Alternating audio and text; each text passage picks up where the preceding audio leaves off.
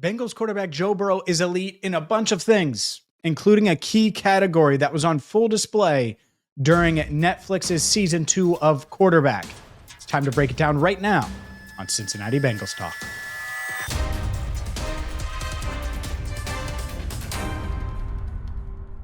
Hi again, everyone, and welcome in to CBT. Before we get into today's video, I want to remind you that Friday, Buffalo Wings and Rings, that's the place to be. 6 to 8, Beckett Ridge location. We are going to be broadcasting live. Meet Andrew Fox Miller. Come chop it up with us. Talk a little Bengals. Who's Andrew Fox Miller? I get that all the time. For those that might not catch End of the Jungle. Well, come find out. On Friday, they're going to have, it's Burger Week, by the way, so you can get deals on burgers. They're going to have specials for you as well. And I might have a few giveaways that Andrew doesn't know about that we're going to have for you. So please, please, please show up, be there, the Beckett Ridge location, Buffalo Wings and Rings. I can't wait to see you. We'll be there from 6 to 8. And if the party's going, we'll stay.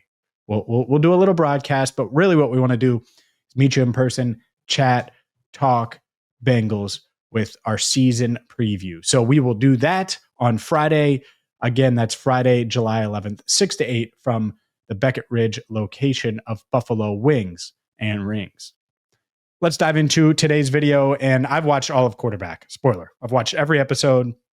And the thing that stood out the most to me, and there will be little tidbits that I'm sure we'll go over at times and different times, but the thing that stood out the most to me was what Joe Burrow did, how he did it, as far as his sideline demeanor and his frustration at the end of that Tennessee Titans game. And he loses his mind on Zac Taylor. He's clearly frustrated. And I think whether it's him saying bleeping mental mistakes all bleeping day, and Taylor says, way to finish the game, blah, blah, blah. And he says, that's embarrassing. That's bleeping embarrassing. And bleep that. We suck today. That was embarrassing. We jumped offsides, bleeping 8 times. I think there are going to be some that say, in general, well, Joe, you shouldn't get that frustrated. You need to stay right here. You need to stay flatlined. And I would say they're wrong. I think that this is what elite leaders do. This is what elite leaders do in times when the season isn't going your way. It wasn't for the Bengals. When they clearly weren't a disciplined football team. They clearly made mistakes down the stretch of games, and they beat a crappy Titans team 37-27, and it should have been like 37-14. That's what it should have been. And they kind of let the Titans hang around, and it looked closer than it was, and it was unacceptable. And when you have that, when you have a leader that's willing to do that, that's going to make everyone better. That's going to make the front office better. That's going to make everyone in the organization better. That's going to make the coaching staff better. That's going to make the PR staff. It makes everybody better. It's a trickle-down effect, and it holds everyone to a certain standard. And so on one side, there are going to be people that say, all right, Joe, you can't throw a temper tantrum. You can't be cussing on the sideline. I don't feel that way. I don't. I think that the greats, when you look at the greats, that's exactly what they do. There are certain things that great quarterbacks, that great leaders have in common. And it doesn't mean they always do that, but they do that. And I'm going to have some thoughts on that in comparison, because I guarantee you're thinking of, oh, well, this leader or that leader never did that. Joe Burrow is an elite leader. It might be his best quality. It really might. And we have more on that. But first, we have a new sponsor that I'm excited to tell you about right now. Today's video is brought to you by Win-Win Athletics. You got to get your hands on the flag kit from Win-Win Athletics. They are changing the game. The flag kit comes with 10 cones, 4 for the end zone, 2 for midfield, 20 flags. You could take it with you wherever you go. They are changing the game from the backyard to anywhere you go. Get yours today at winwinathletics.com. Today's video is also brought to you by American Home Tech. You've heard about American Home Tech for weeks now here on Cincinnati Bengals Talk. They have over 8,000 happy homeowners. American Home Tech is your trusted local roofing and home improvement experts. They handle everything from roofing, siding, and gutters to windows, doors, decks, and more. Check them out today at AmericanHomeTech.com to schedule your free consultation. Again, that's AmericanHomeTech.com. Really excited about our local sponsors.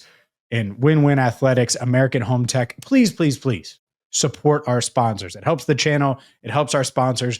The goal when we started to bring on some of these local sponsors was to help local businesses. We're local. It's me and Andrew.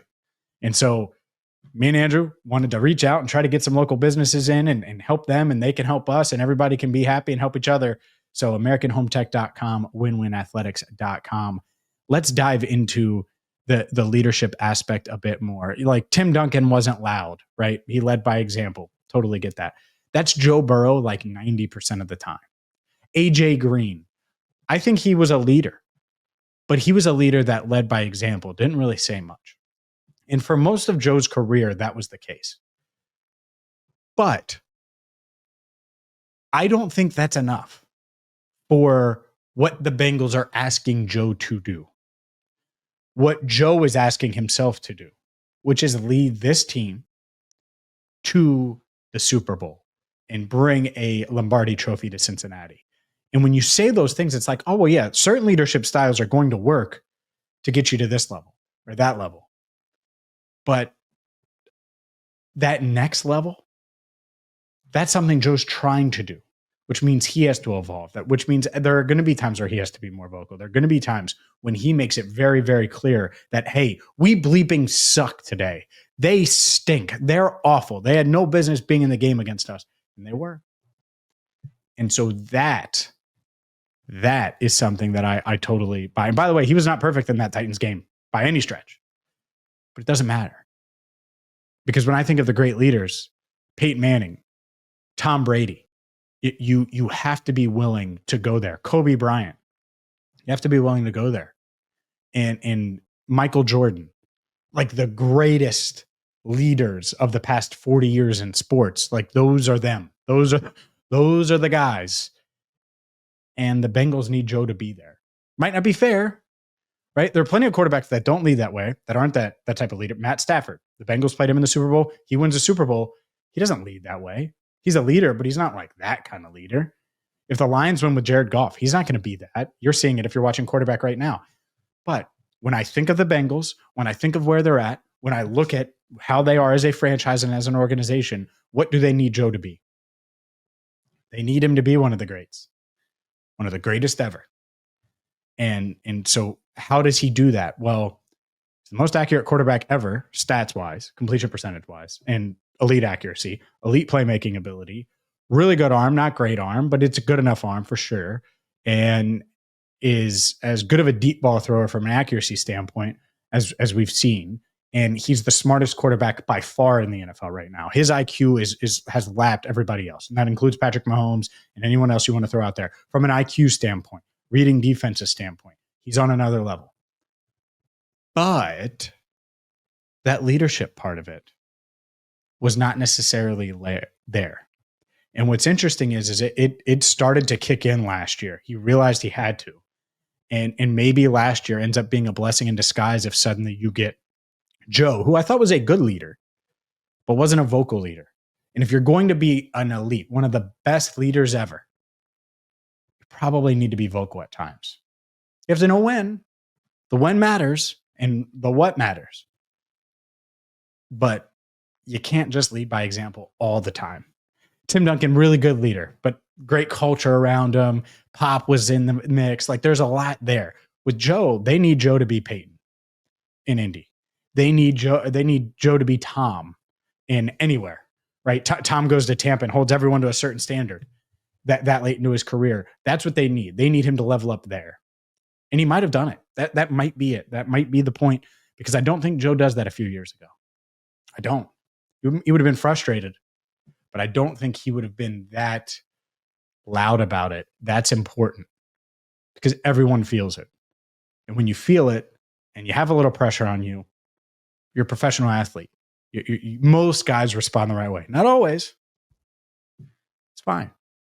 But I think that was a key moment in quarterback. We're going to hit on multiple key moments, I would say, in the series as we roll on here. But like I said, please, please, please show up on Friday.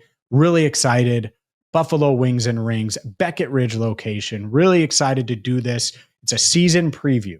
So we'll talk Joe Burrow. We'll talk offensive line. We'll talk defensive line. We'll talk anything Bengals that you want to talk about this Friday from 6 to 8. And like I said, come enjoy a burger, come enjoy some wings. I love Wings and Rings. I think they have the best wings and tenders that you could possibly want. And it's Burger Week. So you throw that on top of it. You throw a couple giveaways that I might be bringing.